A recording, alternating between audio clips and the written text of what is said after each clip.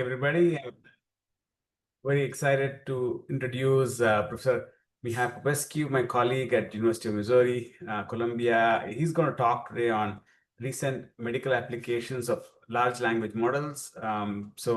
Professor Popescu is a professor in biomedical informatics at the University of Missouri, Columbia, and he did his bachelor's in nuclear engineering at Bucharest Polytechnic Institute and MS in medical physics, and he's also done an MS in electrical engineering and PhD in computer science in 2003 from University of Missouri.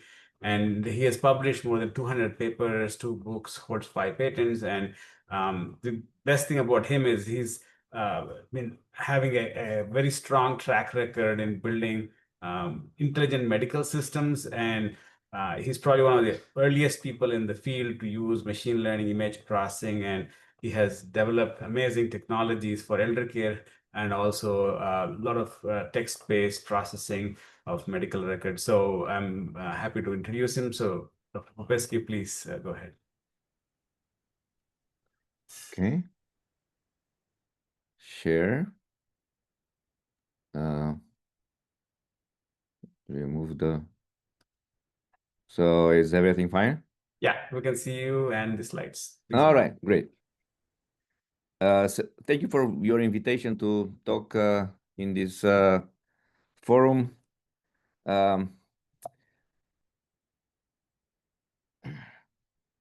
So I'm gonna do a short introduction, like kind of not really technical, but with some talk points about LLM. So they are neural networks trained on a lot of information about 50 billion web pages, articles, and books.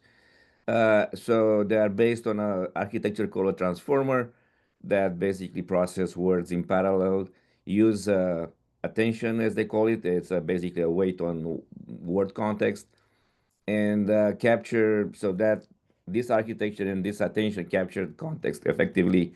But the bottom line is that there are a large set of matrices so that are multiplied or added together. Uh, so these matrices, the elements, uh, constitute the parameters of the model that weights and activation values, and they range from in the modern LLM from 1 billion to 1 trillion. Apparently, the ChatGPT 4 was that. GPT 5 they didn't publish, but probably it's kind of in the same range. So 1 trillion parameters is just something hard to imagine. I remember when the first CNN came out and they solved I mean, they did a good, they had got a good results on the CFAR data set, digit data set. When we heard it has 500,000 parameters, we were all stunned. Anyhow, so there are two main types of LLM for the kind of medical point of view. There are closed ones that basically company owned, GPT-5 and Claude, and open ones that basically everybody can download and the model and use it. And in Llama Gemma, there is MedGemma, which is more appropriate, was trained, I think, by Microsoft with medical data. DeepSeek, and apparently the new kid in town is a open version of the GPT OSS. So apparently that some colleagues would claim that's actually better than everything that they've seen before, they used before. So the closed models are larger and better. Uh, Open models can be quantized and reduced by reducing the precision, cutting the decimal points basically, and we can feed them in our desktop or whatever we can compute with in some modest with the normal, I mean, with regular resources. The point for medical applications is that closed models cannot be used for medical data, are not HIPAA compliant. They don't, OpenAI wouldn't sign a business agreement, which is necessary compliance. Uh, However, it, widely used biomedical data set, which is mimic data, and probably known by people in this talk because it's used in sensor training and mimic didn't used to allow to use uh, any LLM like 1 year ago. Now they actually they allow to use even Claude, but not ChatGPT. So the idea is the large language model reasoning. That's one of the problem where it's something as they basically identify statistical patterns. And I say sort of because in the next slide I'm gonna give a different view. So because of the statistical patterns that basically are found in the web page, some very not really scientific web pages. They might have errors. People are called them hallucinations, but um, these are basically inevitable feature of the fundamental mathematical and logical structure of the LLM. So there is this paper there that says LLM will always hallucinate, and we need to live with this. So what can we do to do this? We can do prompt engineering, model fusion, knowledge harmonization using knowledge graph and RAG. And I'm going to show you an example of one of our applications where we use some of these methods. So this is where the thing becomes interesting. There is this uh, the company that makes Claude, Anthropic.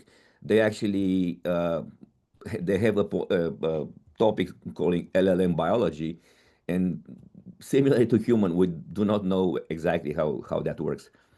So I'll give you a few examples from their paper. It I recommend that you actually look at their papers.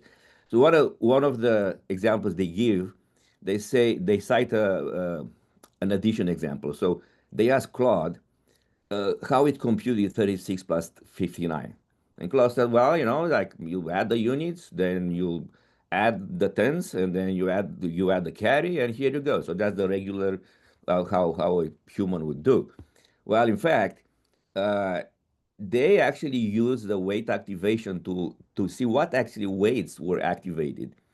And apparently, Claude didn't do that. So basically, it used some sort of a lookup table that included some properties of the input, which is like they end in six, and it ends one number ends in six, one number ends in nine, and the property of the output that it ends in five. And then it computed all the possibilities, and then got the one with the highest uh, activation. So the bottom line is it also lied to to us. It didn't do it. So another thing is the multilingual lingual behavior. So the question is, are the weights, the activated weights, different of the same problem?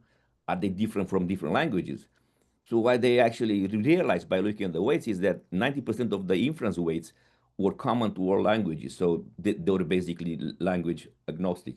So the idea is that the LLM solves the problem in a language as not agnostic, and then it translates it into the input language. So this kind of what I would say for future direction, if we want to do some to investigate uh, explainability, we should probably stop using Shapley and actually look at this methodology of weight activation and see what actually weights get activated, what concepts are actually, and what is the the the train of the chain of thought of the real chain of thought of the LLM.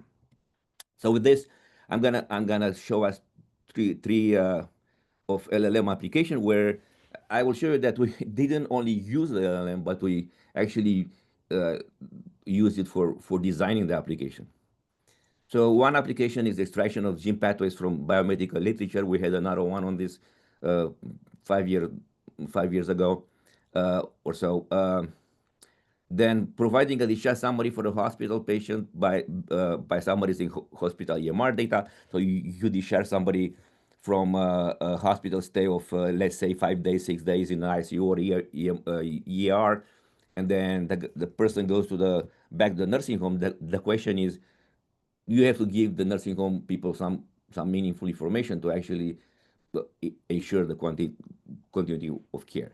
And then the question is how to evaluate LLM performance, because now it's not actually easy to do. I mean, it's not feasible to compute regular F1 measures.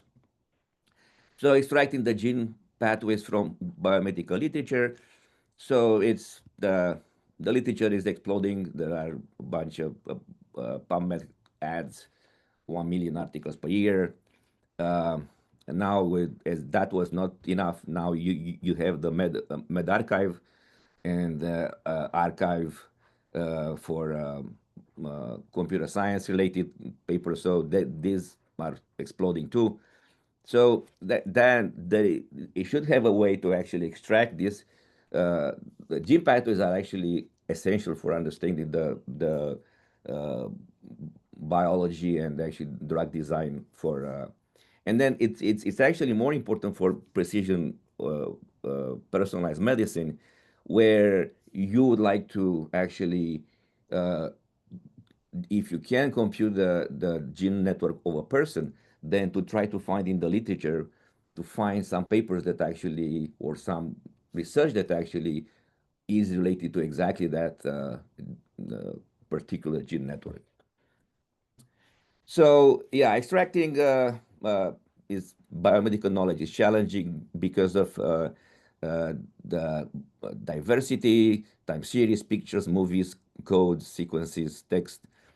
Then at one point, if you want to do to summarize to extract the network from medical data, then you have the problem of HIPAA, of protected status.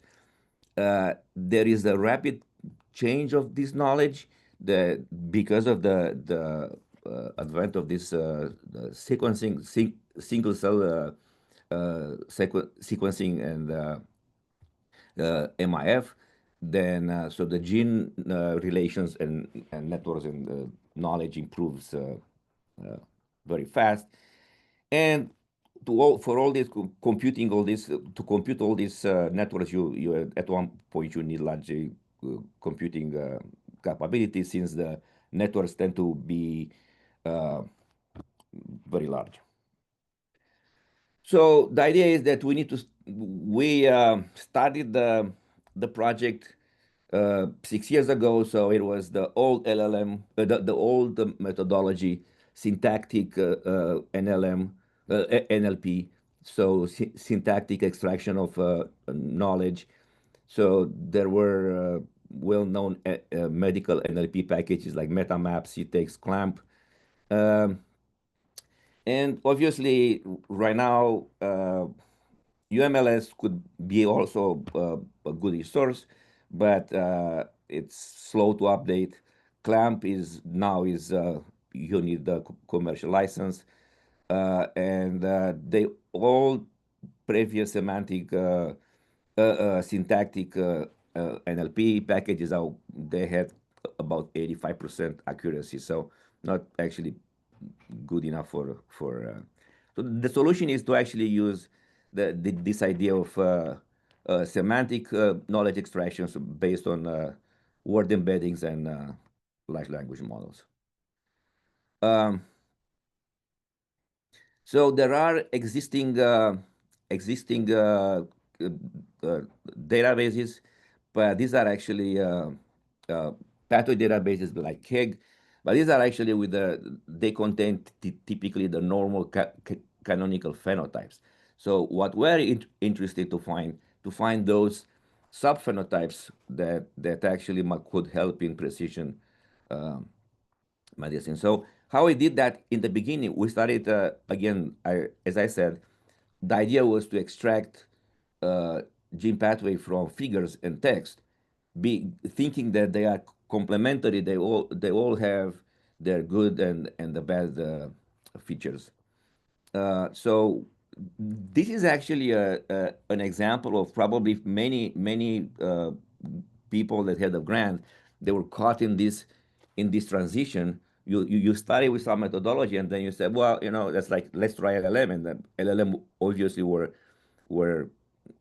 very good.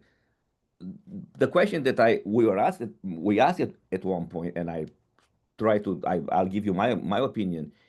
Are the custom-made AI models still useful, or we should just give them and then just rely on the LLM? So yeah, I said old school. How we extracted, we use the pathway extraction from text. Why is good in the What's good about text is that the gene names are correct. You cannot make a mistake. Well, problem is in text the relations are pretty hard to make because of the extract of the co-reference problem. Even right now, the LLMs are doing a way better job than the one we use, the open the I don't know, the pub data and clamp. So so yeah, I mean, you can see the relation uh, extraction was basically 50% accurate when we use clamp. The old school extraction from figures, that was basically using CNN for identifying the objects, and the OCR for extracting the gene names.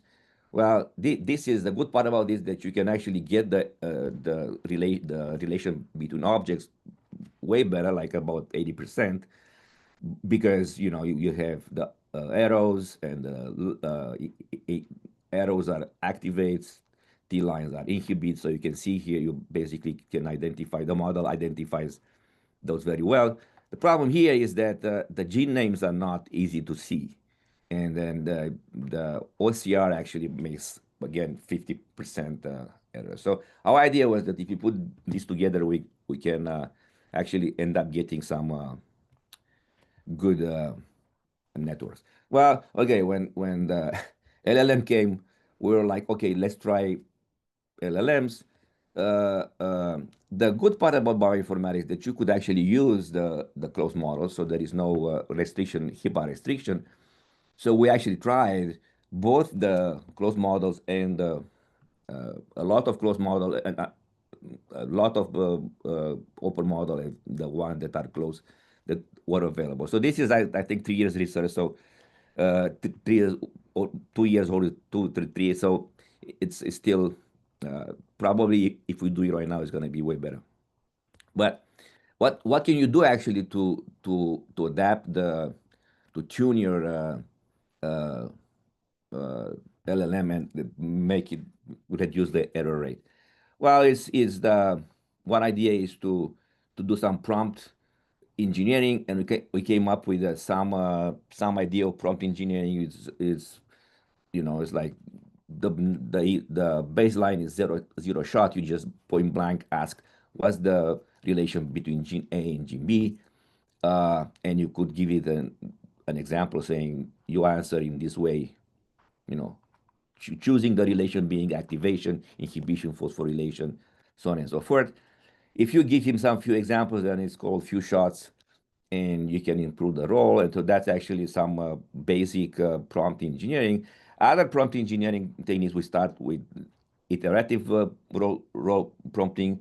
So you iterate and actually score the result, and then some sort of genetic algorithm for prompting. I'm not going to show you details, but that's the idea, is that you do play with the prompt. So this is the result of the second strategy is actually uh, to use multiple model fusion. So this is actually one of the probably the interesting part of this talk is, since we could try all the models here, so Quinn, Mistral, these are the only ones that actually still are alive today. uh, like Llama should be somewhere. Yeah, Llama. So, and then GPT was there was GPT 3.4, GPT 4 just came out, Claude. So you can see all these that are closed, GPT 4, Claude Pro, Claude, are way better than the open ones. Okay, so we tried our best to do prompt improvement and stuff here, but it's just that they were way better. I mean, two times better. So this is gonna be one point that I'm gonna make. If you could use the closed models, use them in the medical field. We can't, so we are stuck here. So we need to heavily rely on the um, uh, all these engineering methods to adapt to reduce the error rate. So the question is, what about our model? And I unfortunately we didn't put it here, but our model was somewhere in here. So in the middle of the open model. The question is, does it have any value anymore? So I think that's again what the key point was. Another point is that we add we added our model to ChatGPT and we improved the error rate, not a lot, by like I think 2%, but still we could improve the error rate. So I think the answer with the question that I put earlier, that are the handcrafted models still useful? I think they are, and there is another reason for that. If you actually do need to do something on a very small, uh, on a wearable, or like on a drone, so where you cannot deploy like a huge model, then you have to use at one point a handcrafted model, AI model. Uh, and the third strategy is data harmonization using knowledge graph. So we uh, use a knowledge graph, and we displayed, and then we implemented it in a Neo4j, a graph database. So this is basically allows you to spot the errors, but also to make inference for new gene relations using graph transformers, for example. So and again, this knowledge representation, the knowledge graph representation, could also help personalized medicine for the same reason that you can actually infer gene relations that might not be that you couldn't extract from data.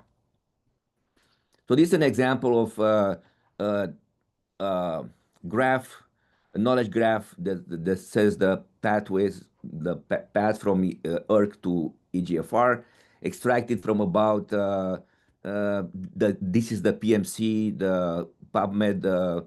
So probably here about, I don't know, 10 articles, and this is the cake pathway that you find in pathway. Few of them you can find in pathway, but as you see, some of them are not in cake. So uh, this is where you say, or if you see here at one point that the relations are not concordant, you say, oh, okay, so which one is the right one? So you can actually go and find the errors and correct them. So the second application now is the one with about the ER discharge summary app. So we did it based on so you summarize the the EMR data that you have for that hospital stay, and for the continuity of care, if the patient goes in the nursing home or even in his home, the physical therapist, the nurse uh, uh, practitioner can actually take a look at the summary and know the important points for for their work.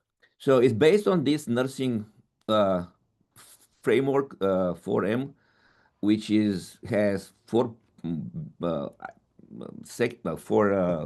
domains: what matters, uh, mobility, medication, and mind.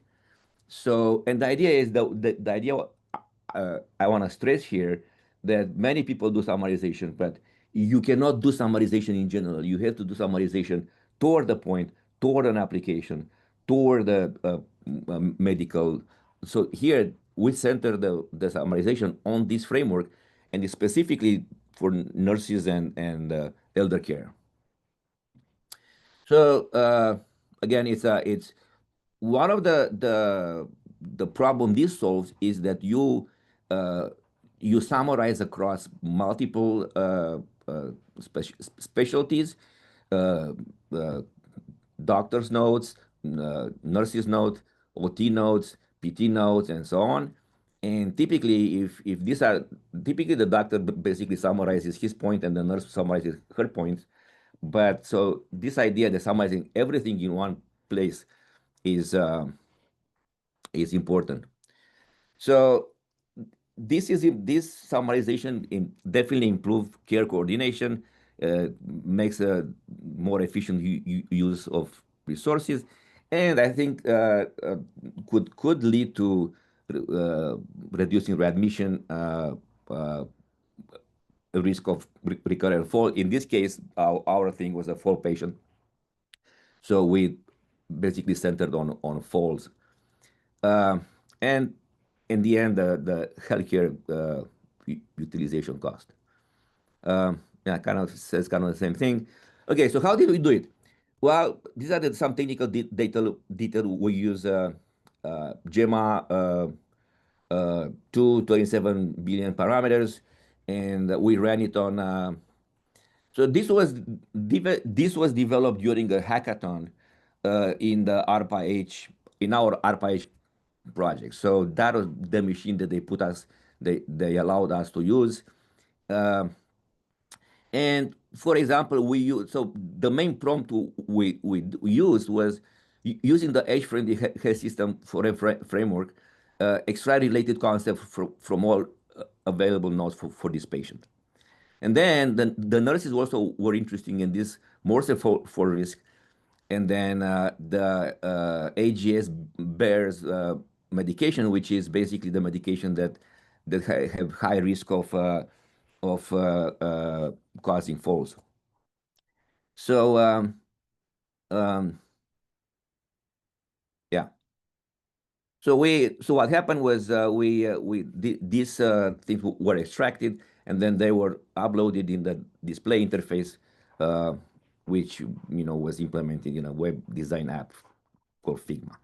So this is the technical details. But the interesting part is that not only that we use the LLM to summarize, we actually use the LLM to design the app. So the nurses came up with the idea with the 4M.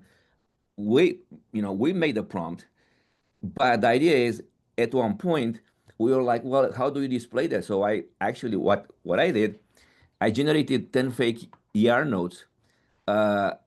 Using ChatGPT. Then I asked ChatGPT to actually summarize them, and then also I said, well, make a display for us to actually display all this. So this was the display that ChatGPT actually did. We tweaked it here and there, and this was actually implemented by the web design specialist in Figma. So and that was done in like 8 hours. But if we didn't have this help, I mean, just designing such an interface is not really a trivial part. So another thing that was very interesting for the nurses was this idea, for example, of computing the Morse fall. I said, well, given the EMR record, compute the Morse fall, which is a for risk, and the LM said, sure.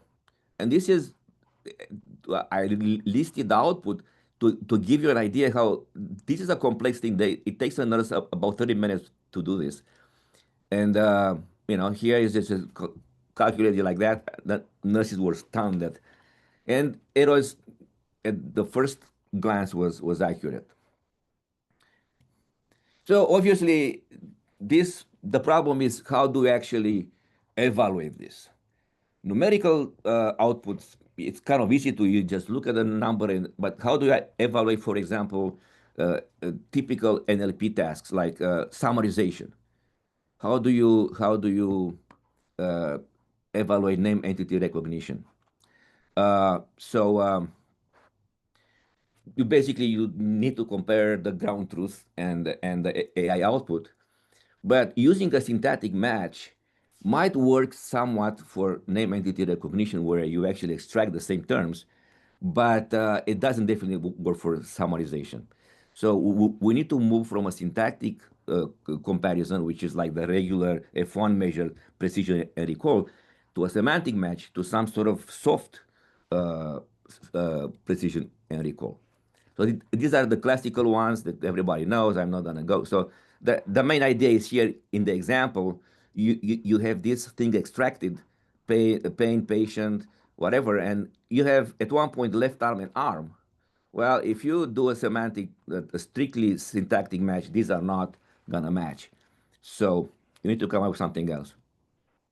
So we came up with this soft similarity measure between the ground truth and output, and the idea is that you compute the similarity between each terms, between the ground each term in ground truth and each term in the model output, and then you have a way of aggregating those.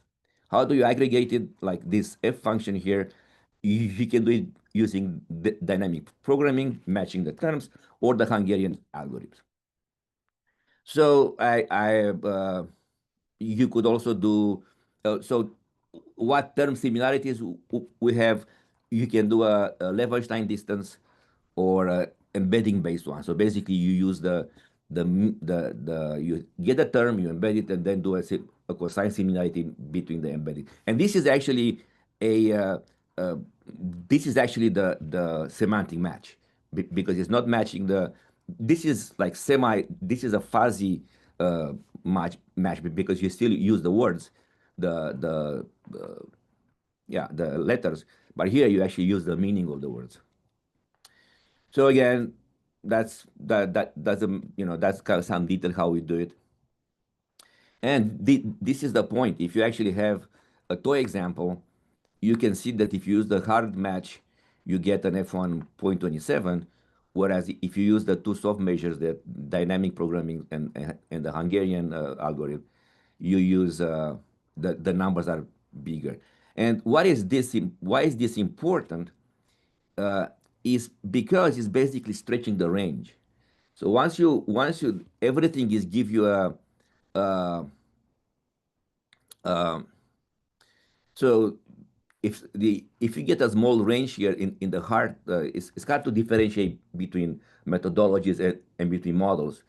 Whereas if you have a larger range, it's easier to look uh, to see which one is better. And for NER, entity recognition is not too bad. However, for if you do summarization, absolutely you don't. Probably the F1 is going to be zero. I mean, there are some scores for summarization like bleu and rouge, but those are still syntactic scores that give you very pessimistic numbers. Well, okay, so a little bit of a problem here is that you can actually get spurious matches. So you can get still a similarity between things that are not really matched. Um, so you, at one point, you have to use some sort of a threshold, and if you use probably a threshold of zero point 0.1, you are probably gonna be remove all the spurious similarity. And this is again with the threshold. And this is another point that why would you use a soft measure is that if you use a hard one, you would think that this model, the size space, which is a more traditional methodology, is the best because the range is so compressed that it's hard to, there is a small difference here. However, if you actually use the semantic similarity, another model came on top, which is the Llama 3.1 model. So this is the point that actually for the soft measures. Uh, you can actually use the same thing for the summarization. So you basically get the sentences from one summary and the sentences from the other summary. You embed each sentence, So you have a set of embeddings that you compare, which is the same problem like before. Well, again, ChatGPT did it, but here he did it from the beginning. I had this idea. I didn't know how to start, and I said, "Well, can you show me some soft measures?" So sure. Well, it gave me some soft measures, but were bad. The first iteration gave me a f1 bigger than 1, and I was like, "Well, okay, that doesn't work." So I had to go there and change the formula. And then I said, "Well, okay, now I have the formula. Give me the Python code." I wrote the Python code. I did the experiments, and it worked for the toy example. But when I started to do the real example, the patient notes, it didn't work. And he said, "Why didn't it work?" I said, "Well, you told me to use dynamic programming. That doesn't work if n is bigger than 20. So you have to use the Hungarian algorithm." So, well, okay, change the code. And it did it. And then finally, I wrote a paper myself, but I said, "Can you actually write the formulas in Word? Because that Word is just bad to write formulas with." And they said, "Well, I can do it in LaTeX, but I'm still learning, so I don't know Word." But I don't know LaTeX, so. But again, ChatGPT did write the paper. I did it, but that's another story. If because definitely it could have written it. So my conclusions is GPT the best LLM, maybe, but we get stuck with this thing in medicine. We cannot use it, so we have to do some tuning and adaptation. Do we still need to do machine learning research to come up with our machine learning dedicated machine learning models? My opinion is yes, and I try to argue why. Uh, how to there's so evaluation of the LLM outputs is not only important for uh, uh, uh, for evaluation, but also is important for reinforcement learning, real learning, not the learning that they do right now in ChatGPT, that the human actually evaluates the prompt. Uh, so as I mentioned, LLMs right now are tools, not only in machine learning tools, but study design and programming tools. And I have this cartoon that I show to my students, uh, saying, the guy tells the horse, "You don't. This is not gonna take your place, but somebody that like you that drive that thing." So that thing being the AI, the machine, the AI, and this being my student. So thank you. We did this in the disciplinary team, not only in MU but with the guys from UIC, which we have the ARPA H award with, and that was also work done in my previous NLM grant. Thank you. Thank you, Mihai. It's a very excellent talk. A lot of great insights and good questions you asked about how LLMs can be used in the context of healthcare. So I'll open up for any questions from the audience. Please go ahead. Prasad, there are some great questions on the chat box, but Oh, also okay. I would like to ask a question. So we would like to make it dynamic. Again, it's fascinating talk. Honestly, many of them was beyond all my understanding. So, but there was it's amazing words, and I love the cartoon at the end. That was quite I fascinating. think that's how I'm trying to motivate them. Otherwise, That was great. So actually, I love the fact that you are using some of the information about the patient-reported outcomes like pain, and that's important in medicine. We are definitively would like to look at some of the medical records, some of the image, let's say that, for example, for wounds, and then we need to have actually some input from the patient to better interpret the data. And actually, we have a great speaker, Dr. Seke, that mentioned also her vision for look at some kind of the model to look at the complication in surgical closed wounds. And definitely we would like to look at the context and input from the patient. But one big challenge that we have is that patient, when they enter the information, or write or describe what are they feeling, they are using some words that sometimes in clinical terminology that is standard to us is not accurate, or it doesn't make sense. For instance, if you look at the case of diabetic foot ulcer, we have ongoing project, and we are starting to collecting the information from the patient to see that what's the likelihood that a patient will tolerate an offloading device or not. And there are variety of the input that we are getting from the patient. One input that one of the patient mentioned is that this offloading is making me a lot of pain. But if you look at from the clinical standpoint, someone who has diabetic foot ulcer has neuropathy, that means doesn't feel any pain. So that context of the pain is doesn't mean actual pain. It's something else, but it's some analogy that maybe patient use it to describing his feeling, but it's not accurate clinical terminology. So how you can incorporate those kind of the information that it doesn't match with some clinical terminology that we are looking for, that in standard of care usually we are using to making the context and decision making. But if you rely on input of the patient, might be something completely different. Well, that's a good question. So we only took the part of the side of the clinician here. So and that I was actually thinking that for this group they would be interested in the patient side more. But I didn't want to go there. I mean, there is some research, and I think the most relevant research to this thing is to this group is this idea of sensor to clinical notes. So you can and there is apparently there are people doing it to map my Fitbit data into clinical notes, and then I mean that will probably be a way of training the patient, kind of telling, teaching the patient, look, this is what you have to kind of look for, or this is what. So the same thing you can do some uh, image to text, right? To explain.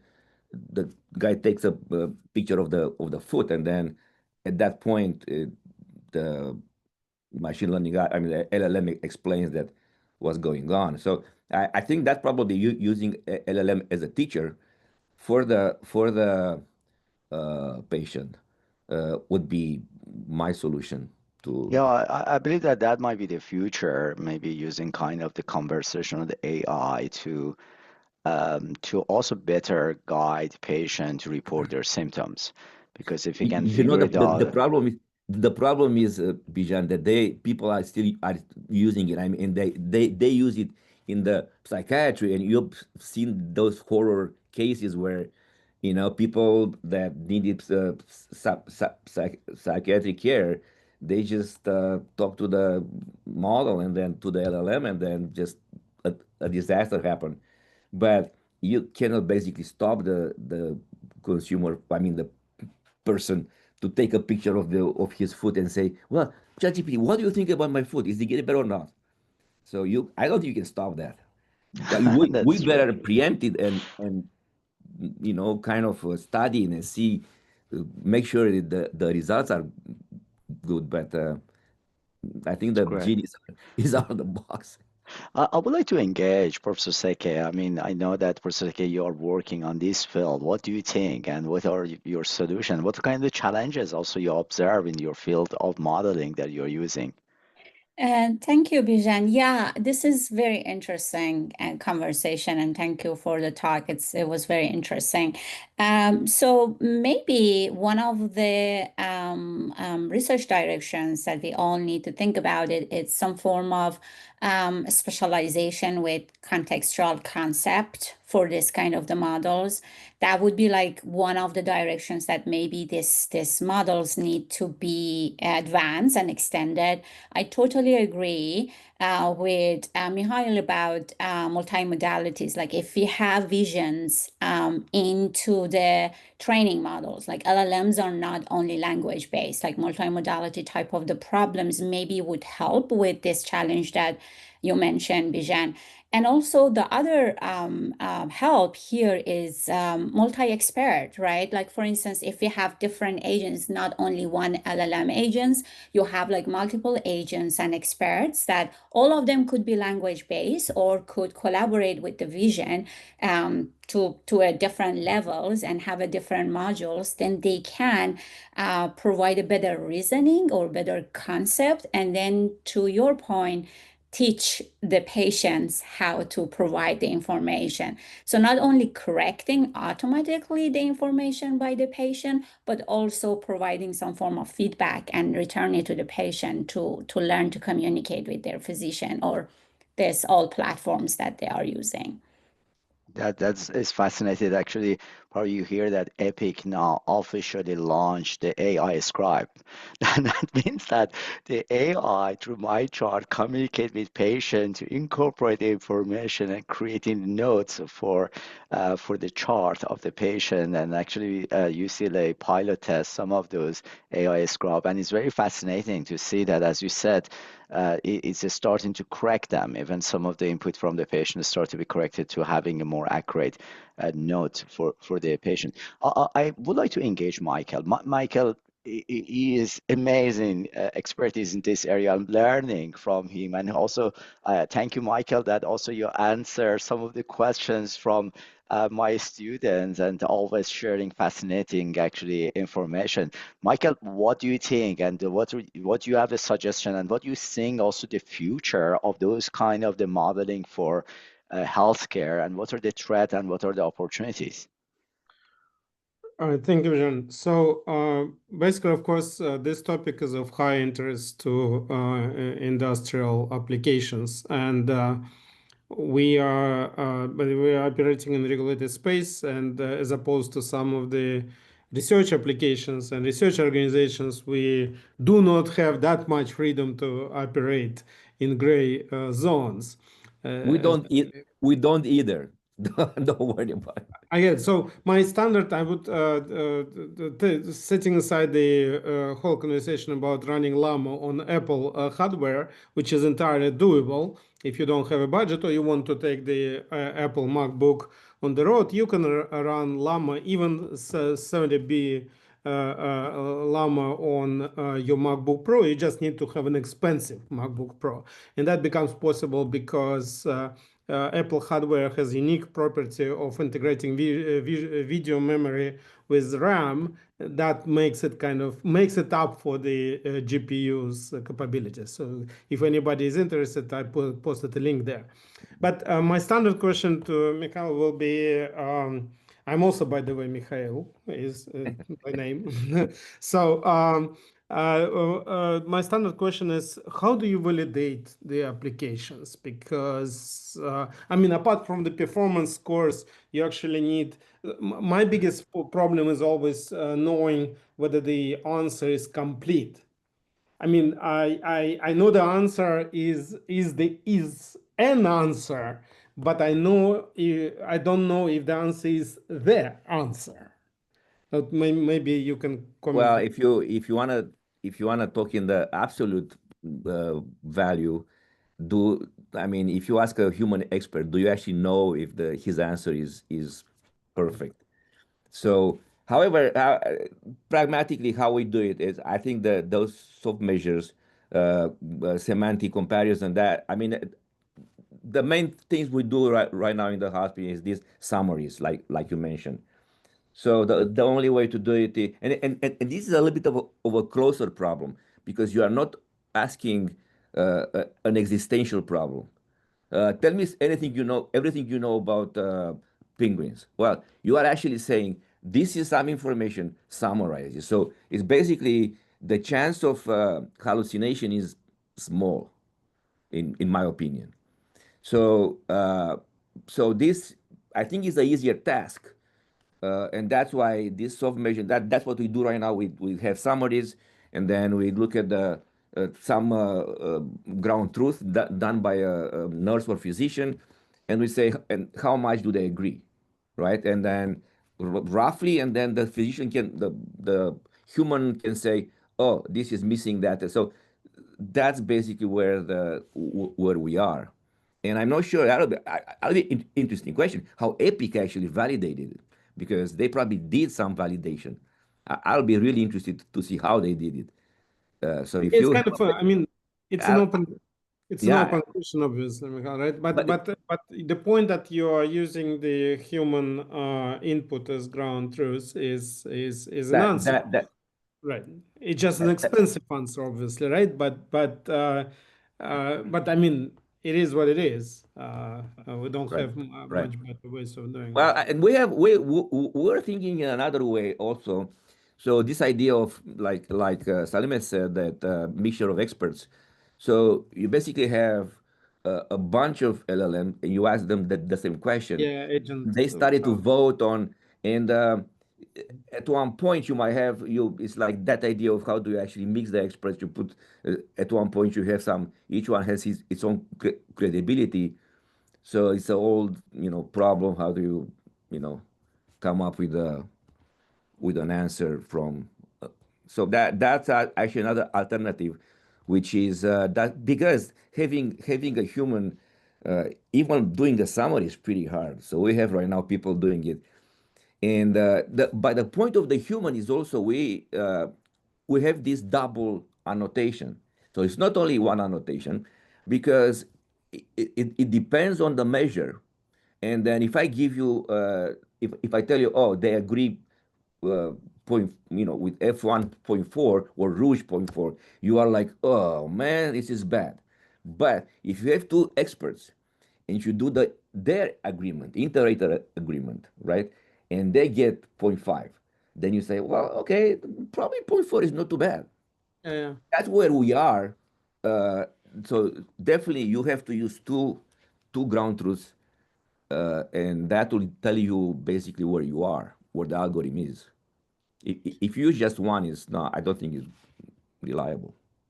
Yeah, I can confirm that as well, because the inter-observer variability is actually surprisingly huge. So, I mean, the ideas of consiliums, I mean, medical consiliums, is not that Yeah. bad of idea, because they're just not agreeing with each other very well. Yeah, I Yeah, mean, it's there amazing. is sorry, there is a comment in Megan. Since we are running in the time, I would like that also she share her thought. Megan, do you want to chime in as well? Sorry for interruption. I really apologize for No, that. it's good. All Yeah, right. yes. Megan, go ahead. Oh, it's simple. But we said that can we work with EHR companies to integrate their libraries to your LLM for a more comprehensive learning? That's the comment. I don't know, Mia, do you want to Yes, yes. elaborate So or? we actually do use UMLS to do that. So UMLS contains LOINC, ICD-9. Now, Cerner has their own ontology, which is called Cerner ontology, which is an oxymoron. I mean, if it's an ontology, it should be like universal, but uh, basically it's the data dictionary. So yeah, I think we could. Now that Cerner was bought by Oracle, and we started to have a better relation with them. So yeah, but as we use right now, we use UMLS as to incorporate into using the model training. So and it's obviously using the right terms, the clinical, I mean the medical terms, as opposed to coming up with what Bijan was saying, some weird stuff. Yes, so that I love it. So actually, we have a new faculty at UCLA. It started last month, and I'm seeing that he joined us. Is Dr. Tanigawa. He's working, I'm guessing, on some of those algorithms, and I'm hoping to make Mm, an introduction, maybe a collaboration, because sure. I'm seeing a great synergy between Absolutely. your work. Absolutely. Tanigawa, do you want? I mean, do you have any comment or any suggestion? And what is your area of research? Because I know that this is the field of your work as well. Well, thank you very much for the opportunity after passing 9:30. My name is Yosuke. Started in the bioengineering department at UCLA this summer. My background is like biomedical informatics, PhD in that kind of field from Stanford, and postdoc training in computational biology. in Boston. And my interest is like trying to use this genetics like based kind of causality identification to better understand how can we understand the inter-individual differences across individuals. Some people respond to treatment, other people don't. And like what's the kind of causal biology? How do we kind of integrate multimodal data to better understand the causal mechanism so that we can deliver more effective prevention and treatment? And I guess LLM is not my primary area of expertise, but I do see a lot of potentials, like trying to use those to kind of extract more nuanced information from medical record, and like hoping to kind of use those kind of phenotyping techniques combined with the genetic analysis to kind of dive into the causal biology of those interesting chart record. So again, it's great synergy. We love to have this C2SHiP to hopefully connect to you guys. But again, in medicine, there are a lot of unmet need. And I know that also clinicians, they are starving to using those models to provide more personalized care to the patient.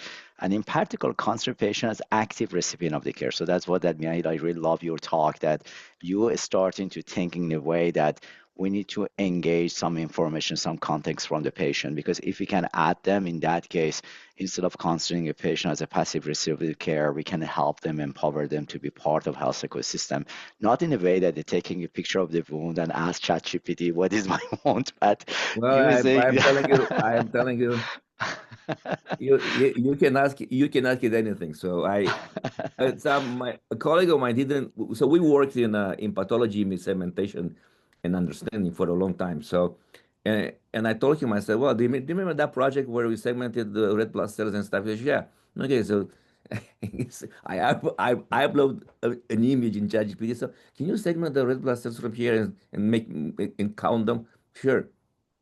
It's fascinating. Prasad, back to you. No, I think it's great. And if somebody has other questions, I like the particularly knowledge graph link to LLM. I want to talk to you more about it. But okay, well, we need to talk because I think that's yeah. It's the idea of the graph transformers that can infer gene relations that were not known. I think that's a great idea. I mean, because maybe and that's kind of when we start to have genomic data, and not in Missouri, but you guys in UCLA have it. So then you can go back and verify. Maybe you missed some associations or some causations that you know. So yeah, and that comes to the point of earlier of Michael saying, how do we validate? Well, that would be the validation. You just look in the You get to the genome source. and say, oh yeah, I can see this mutation here. Okay, so yeah. Cool. Thank you, Mihai. I think it was a great talk, great topic. We had a great attendance. Thank you all for joining. yeah, okay. Thank you for the Happy Friday, and see you all next week. yeah. Next week again is about the AI as well. All right. Thank you.